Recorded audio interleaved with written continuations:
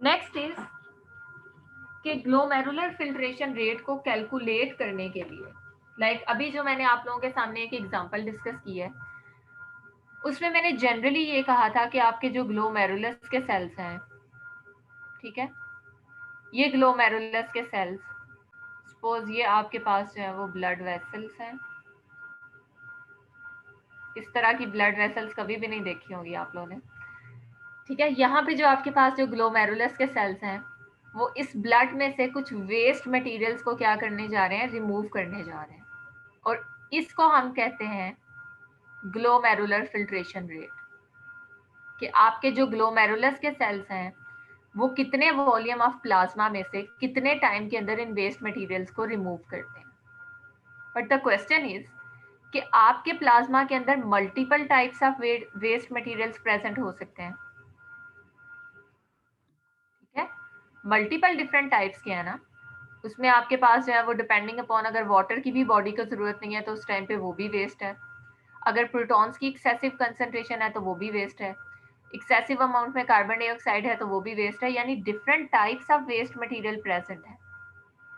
सो अगर आपको glomerular filtration rate को कैलकुलेट करना है, इसका मतलब है आपको कोई स्पेसिफिक वेस्ट मटेरियल जो है उसके हिसाब से कैलकुलेशंस करनी पड़ेगी, ठीक है, because there are some types of the waste materials जिनको रिमूव करवाने के लिए किडनी को टाइम लगता है, ठीक है। कुछ वेस्ट मटेरियल्स ऐसे हैं जो कि बड़े एफिशिएंटली किडनी सेल्स उनको क्या कर सकते हैं, क्लियर कर सकते हैं।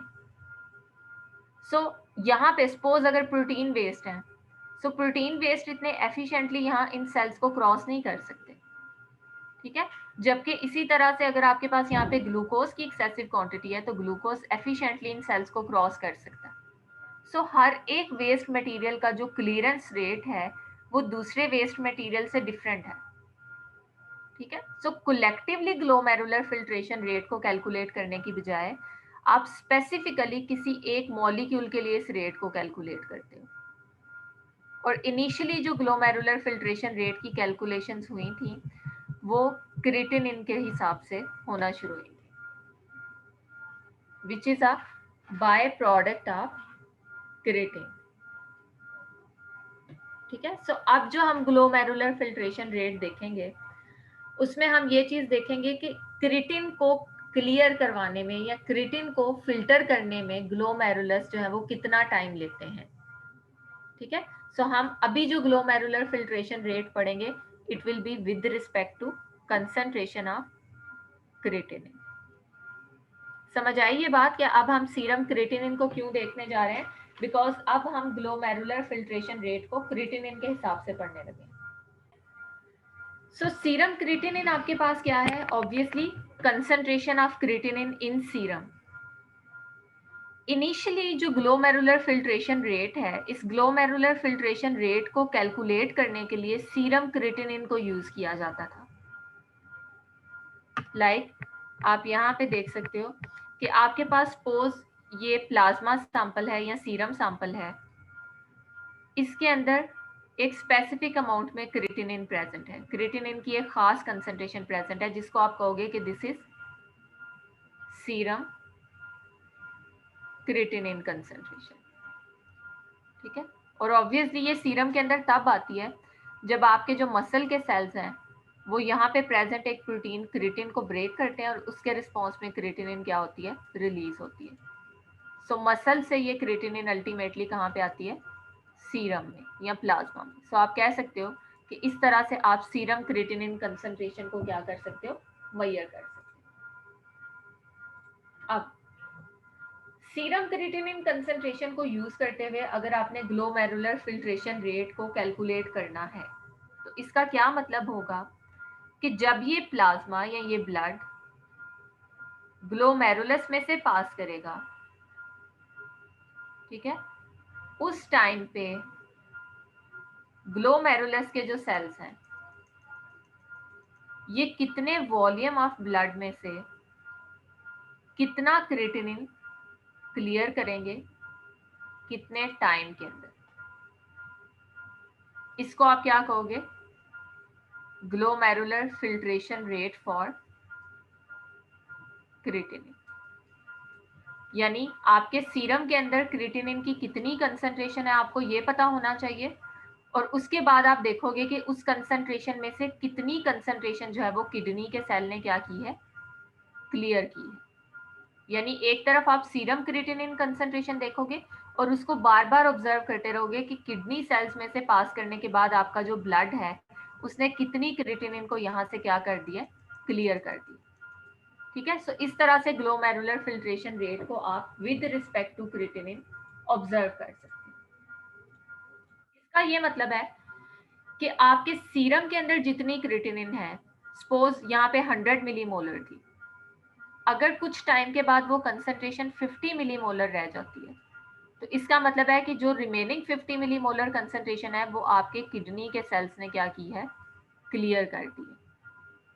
ठीक है, यानी आपके पास जितनी कंसंट्रेशन क्रिएटिनिन की सीरम के अंदर ड्रॉप हो रही है, उतनी कंसंट्रेशन एक्चुअली किडनी के सेल्स क्या कर रहे हैं, उसे क्लियर कर रहे हैं। ठीक है, सो ये एक जनरल पर्सपेक्टिव या एक जनरल पॉइंट हमारे माइंड में आता है कि ओके, अगर क्रिएटिनिन के हिसाब से ग्लोमेरुलर फिल्ट्रेशन रेट कैलकुलेट किया जा रहा है तो वो इस पॉइंट या इस पैरामीटर की बेस पे कैलकुलेट किया जा रहा होगा। बट जब हम लोगों ने इस सीरम क्रिएटिनिन कंसंट्रेशन और ग्लोमेरुलर फिल्ट्रेशन रेट को ऑब्जर्व किया, अब यहां से अगर हम देखें तो अपेरेंटली हमें ये लगता है कि there must be a direct relationship. Direct relationship होना चाहिए किस किस के दरमियान, सीरम क्रिएटिनिन कंसंट्रेशन और ग्लोमेरुलर फिल्ट्रेशन रेट।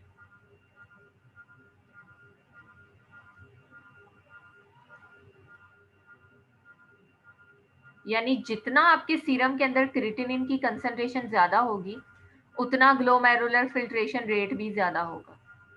ठीक है, बिकॉज ये जो किडनी के सेल्स हैं, जितना सीरम क्रिएटिनिन कंसंट्रेशन ज्यादा होगी उतना ही उसको जो है वो क्लियर करने की कोशिश करेंगे। सो अपेरेंटली हम ये हाइपोथेसाइज करते हैं कि अगर सीरम क्रिएटिनिन कंसंट्रेशन बढ़ेगी तो इसका मतलब है कि ग्लोमेरुलर फिल्ट्रेशन रेट को भी बढ़ना चाहिए। ऐसे ही है ना, क्योंकि उस टाइम पे उसे क्रिएटिनिन को क्या करना है, क्लियर करना है, ऐसा ही होना चाहिए। बट जब हम लोगों ने इन दोनों वेरिएबल्स को रिलेट किया, यानी सीरम क्रिएटिनिन कंसंट्रेशन को ग्लोमेरुलर फिल्ट्रेशन रेट के साथ कंपेयर किया, तो इसके रिजल्ट्स थोड़े से सरप्राइजिंग थे। और वो सरप्राइजिंग किस तरह से थे कि आपका ग्लोमेरुलर फिल्ट्रेशन रेट हाई है जब सीरम क्रिएटिनिन कंसंट्रेशन कम है। ठीक है, और जब आपकी सीरम क्रिएटिनिन कंसंट्रेशन बढ़ना शुरू होती है तो ग्लोमेरुलर फिल्ट्रेशन रेट उस टाइम पे ड्रॉप कर रहा है। ठीक है, यहाँ पे आप देख, बेशक कंसंट्रेशन इसकी बढ़ती जा रही है बट इस हाई कंसंट्रेशन पे आपका जो ग्लोमेरुलर फिल्ट्रेशन रेट है वो क्या है, बहुत कम है। यानी इनके दरमियान डायरेक्ट रिलेशनशिप नहीं है। चाहे सीरम क्रिएटिनिन कंसंट्रेशन बहुत ज्यादा है but still glomerular filtration rate जो है वो कम है। इट मीन्स कि सीरम क्रिएटिनिन को यूज करते हुए आप ग्लोमेरुलर फिल्ट्रेशन रेट को प्रिडिक्ट नहीं कर सकते because there is not a direct correlation between these two parameters. समझ आए इस बात की कि सीरम क्रिएटिनिन की कंसंट्रेशन बढ़ने का ये मतलब नहीं है कि ग्लोमेरुलर फिल्ट्रेशन रेट भी बढ़ेगा। ठीक है, ग्लोमेरुलर फिल्ट्रेशन रेट जो है, इवन जब सीरम क्रिएटिनिन कंसंट्रेशन बहुत ज्यादा है तब वो ड्रॉप कर रहा है। सो आप इस वेस्ट मटेरियल को यूज करते हुए अगर ग्लोमेरुलर फिल्ट्रेशन रेट को कैलकुलेट करोगे तो इससे आपके पास फॉल्स पॉजिटिव या फॉल्स नेगेटिव रिजल्ट्स आएंगे बिकॉज इनके दरमियान कोई डायरेक्ट कोरिलेशनशिप नहीं है। ठीक है, सो आपको यहाँ पे किसी और पैरामीटर को इंट्रोड्यूस करवाने की जरूरत है। एक रीजन तो ये हो गई आपके पास ग्लोमेरुलर फिल्ट्रेशन रेट में सीरम क्रिएटिनिन को यूज ना करने की, एक रीजन ये हो गई। अब आप थोड़ा सा अगर लिंक डेवलप करो तो स्टार्टिंग में मैंने आपसे कहा था कि आपने ग्लोमेरुलर फंक्शन को असेस करना है और उसको असेस करने के लिए आपके पास एक कंडीशन है ग्लोमेरुलर फिल्ट्रेशन रेट को डिटरमिन करना। फिर हमने ये देखा कि अगर हम ग्लोमेरुलर फिल्ट्रेशन रेट डिटरमिन करें यूजिंग क्रिएटिनिन, सीरम क्रिएटिनिन, तो क्या वो ठीक होगा? और हमने कहा नो, सीरम क्रिएटिनिन को यूज करते हुए आप ग्लोमेरुलर फिल्ट्रेशन रेट को असेस नहीं कर सकते because there is not direct relationship between these two parameters. एक रीजन ये हो गई कि आप सीरम क्रिएटिनिन को यूज नहीं कर सकते, और दूसरी रीजन आप यहाँ पे देखोगे कि समटाइम्स आपके पास जो एक रिजल्ट है सीरम क्रिएटिनिन के, उनके मल्टीपल मीनिंग्स हो सकते हैं। यानी आपने किसी पर्सन के अंदर सीरम क्रिएटिनिन कंसंट्रेशन निकाली, और अब आप देखोगे कि इस एक वैल्यू के मल्टीपल मीनिंग्स हो सकते हैं डिफरेंट इंडिविजुअल्स। यानी यही वैल्यू अगर आप किसी यंग एथलीट में ऑब्जर्व करते हो, ऐसा पर्सन जो कि हाई मस्कुलर एक्टिविटीज में इन्वॉल्व रहता है, जो एक्सरसाइज करता है, जिसके मसल्स जो है वो बहुत अच्छे डेवलप्ड हैं, सो इस केस में जितना ज्यादा आपका मसल मैस होगा, इसका मतलब है उतनी ही क्रिएटिनिन भी प्रोड्यूस होगी।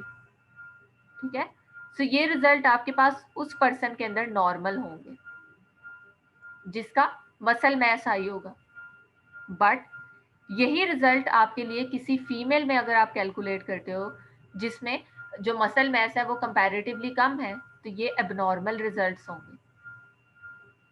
ठीक है, और इसी तरह से अगर आप एज फैक्टर को देखते हो, तो ये ही रिजल्ट आपके पास किसी जो ओल्ड एज पर्सन है उसके अंदर जो है वो रिड्यूस्ड ग्लोमेरुलर फिल्ट्रेशन को हाईलाइट करेंगे। बिकॉज आपने अभी यहाँ पे देखा ना कि सीरम क्रिएटिनिन कंसंट्रेशन जब बढ़ेगी तो उसका ये मतलब है कि ग्लोमेरुलर फिल्ट्रेशन रेट क्या हो रहा है, कम हो रहा है। सो एक ही वैल्यू की आपने डिफरेंट इंटरप्रिटेशंस भी देख ली। तो इसका मतलब है कि आप इस पैरामीटर को यूज नहीं कर सकते बिकॉज एक तो इन दोनों का आपस में कोई डायरेक्ट रिलेशनशिप नहीं है, और दूसरा आपने ये देखा कि आपके पास एक ही वैल्यू जो सीरम क्रिएटिनिन की है वो मल्टीपल जो है वो इंटरप्रिटेशन जो है वो दे सकती है depending upon the lifestyle of a person. So इसका मतलब है कि सीरम क्रिएटिनिन को यूज नहीं किया जा सकता। अगर सीरम क्रिएटिनिन को यूज नहीं किया जा सकता तो फिर आप किस तरह से कैलकुलेट करोगे ग्लोमेरुलर फिल्ट्रेशन रेट को?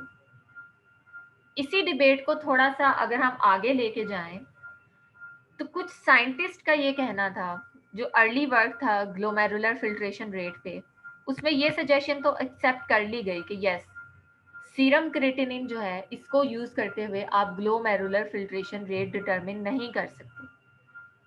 बट एक और सजेशन आई कि अगर आप इस सीरम क्रिएटिनिन के साथ साथ यूरिन में प्रेजेंट क्रिएटिनिन को भी मेजर करो, यानी सीरम के साथ साथ आप यूरिन के अंदर भी क्रिएटिनिन की एस्टिमेशन करो, तो तब आप ग्लोमेरुलर फिल्ट्रेशन रेट को असेस कर सकते हो। अब ये किस तरह से पॉसिबल है, इसको एक बार देख लेते हैं कि आपके पास फर्स्ट ऑफ ऑल आपको सीरम क्रिएटिनिन का तो पता चल गया कि it is the amount of creatinine present in serum sample. अब नेक्स्ट हम देखने लगे हैं creatinine in urine.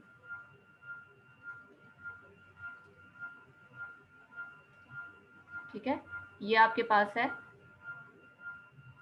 Concentration in plasma, और अब हम देखने लगे हैं amount of creatinine in urine. और ये आप किस तरह से कैलकुलेट करते हो?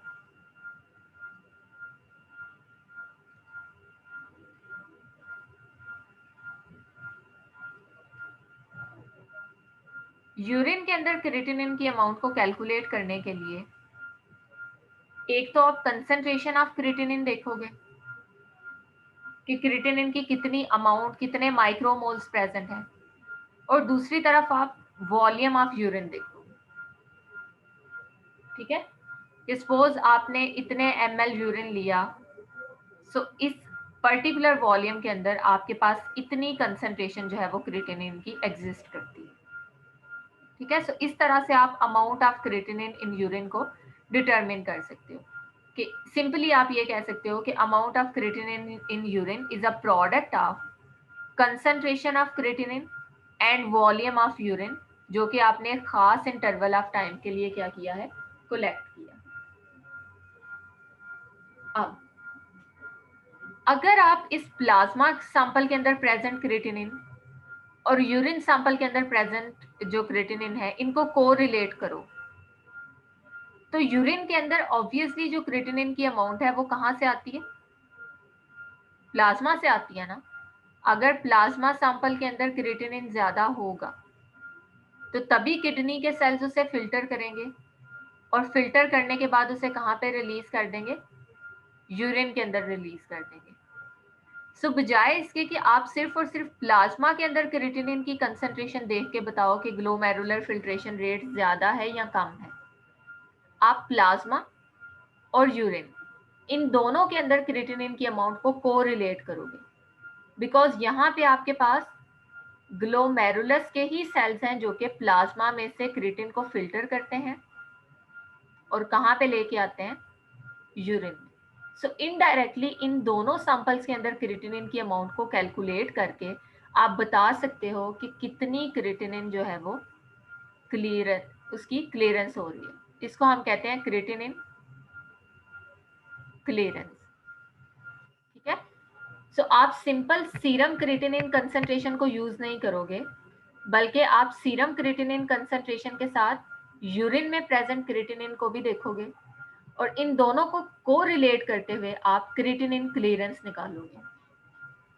किस तरह से क्रिएटिनिन क्लियरेंस निकलेगी? Amount of creatinine in urine multiplied by volume of urine divided by volume of plasma. ठीक है। कि सपोज 5 ml प्लाज्मा में से आपका 3 ml यूरिन प्रोड्यूस हुआ है। ठीक है। 24 और पीरियड के अंदर आपने 5 ml प्लाज्मा के ऊपर एनालिसिस किया, 3 ml यूरिन आपने कलेक्ट किया और उस 3 ml यूरिन में आपके पास सपोज 100 मिलीमोलर क्रिएटिनिन की कंसंट्रेशन थी। इसका मतलब है कि इतने वॉल्यूम ऑफ प्लाज्मा में से इतनी अमाउंट क्रिएटिनिन इतने वॉल्यूम ऑफ यूरिन में रिलीज हुई है और इसको रिलीज करने वाले सेल्स कौन से हैं? ग्लोमेरुलस के सेल्स हैं। ठीक है। सो इन दोनों बॉडी फ्लूइड्स का साइमल्टेनियस एनालिसिस परफॉर्म करने के बाद आप क्रिएटिनिन क्लियरेंस को यूज करते हो and this creatinine clearance is a good indicator of glomerular filtration rate. कि जितनी क्रिएटिनिन क्लियर होगी, जितनी यूरिन में आएगी, वो इस चीज की इंडिकेशन है कि उसे यूरिन में कौन से सेल्स लेके आ रहे हैं? ग्लोमेरुलर के सेल्स लेके आ रहे हैं। और अब मैंने बात की है क्रिएटिनिन क्लियरेंस। क्रिएटिनिन क्लियरेंस आपके पास एक ऐसा वेरिएबल है जो कि आप प्लाज्मा और यूरिन दोनों के अंदर जो क्रिएटिनिन की अमाउंट है इन दोनों को देखते हुए आप कैलकुलेट करते हैं। ठीक है। So creatinine clearance is equal to amount of creatinine. Simple आप ये कह सकते हो कि जो क्रिएटिनिन क्लियरेंस है it is equal to amount of creatinine in urine divided by amount of creatinine in plasma। कि यूरिन के अंदर क्रिएटिनिन की कितनी कंसंट्रेशन है वो आपने इस तरह से कैलकुलेट करनी है, यूरिन के अंदर कंसंट्रेशन और यूरिन का वॉल्यूम, और दूसरी तरफ है आपके पास amount of creatinine in plasma. ये आपके पास अगर डायरेक्टली अवेलेबल है, जैसे यहाँ पे आप देख सकते हो कि डायरेक्ट कंसंट्रेशन है, तो आप उसी वैल्यू को यूज करो। ठीक है। सो आप इन दोनों बॉडी फ्लूइड्स के अंदर यूरिन और क्रिएटिनिन के अंदर कितनी अमाउंट ऑफ क्रिएटिन प्रेजेंट है इसको कहते हो दिस इज क्रिएटिन क्लियरेंस। ठीक है निम्रा, इस तरह से आपने देखना है। जी हाँ।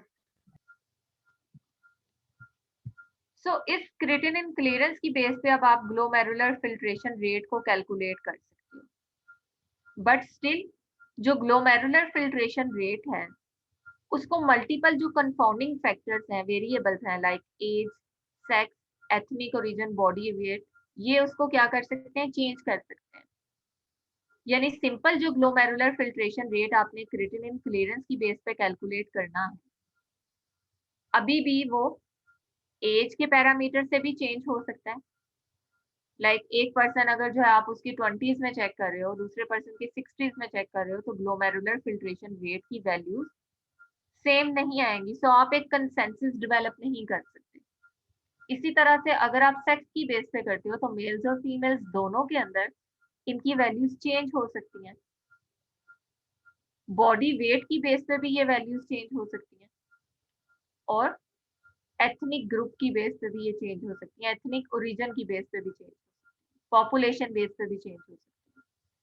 इट मीन्स कि आपने बेशक एक ऐसा एनालाइट सेलेक्ट कर लिया जिसको यूज करते हुए आप ग्लोमेरुलर फिल्ट्रेशन रेट को कैलकुलेट कर सकते हो, बट अभी भी ये कैलकुलेशंस आपकी जो है वो इन वेरिएबल्स से चेंज हो सकती है।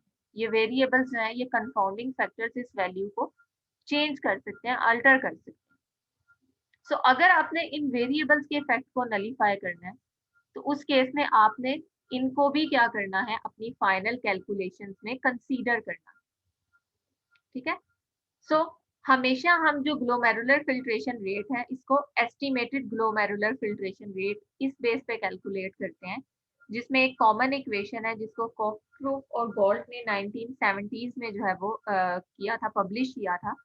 और इसके मुताबिक अगर आपने क्रिटिन को यूज करते हुए, क्रिटिनिन को यूज करते हुए ग्लोमेरुलर फिल्ट्रेशन रेट कैलकुलेट करना है तो सिंपली अब, ठीक है, सो आप इस इक्वेशन को अप्लाई करते हुए एज, वेट और सेक्स, इन तीन जो आपके पास पैरामीटर्स हैं, कंफाउंडिंग वेरिएबल्स हैं, इनके इफेक्ट को क्या कर सकते हो, इग्नोर कर सकते हो। ठीक है। तो जब भी आपसे सिंपल क्रिएटिनिन क्लीयरेंस कैलकुलेट करने को कहा जाएगा वहां पे आपने ये इक्वेशन लगानी। ठीक है, सिंपल क्रिएटिनिन क्लीयरेंस के लिए आप ये इक्वेशन लगाओगे। लेकिन अगर आपको एस्टिमेटेड क्रिएटिनिन क्लीयरेंस बताई जाए जिसमें आपको पर्सन की एज भी बताई जाए, वेट भी बताया जाए, जेंडर सब कुछ बताया जाए, तो उस केस में आपने इस इक्वेशन को अप्लाई कर। ठीक है, ये दोनों इक्वेशन क्रिएटिनिन क्लीयरेंस को ही कैलकुलेट करेंगी, लेकिन इस इक्वेशन के रिजल्ट ज्यादा रिलायबल है।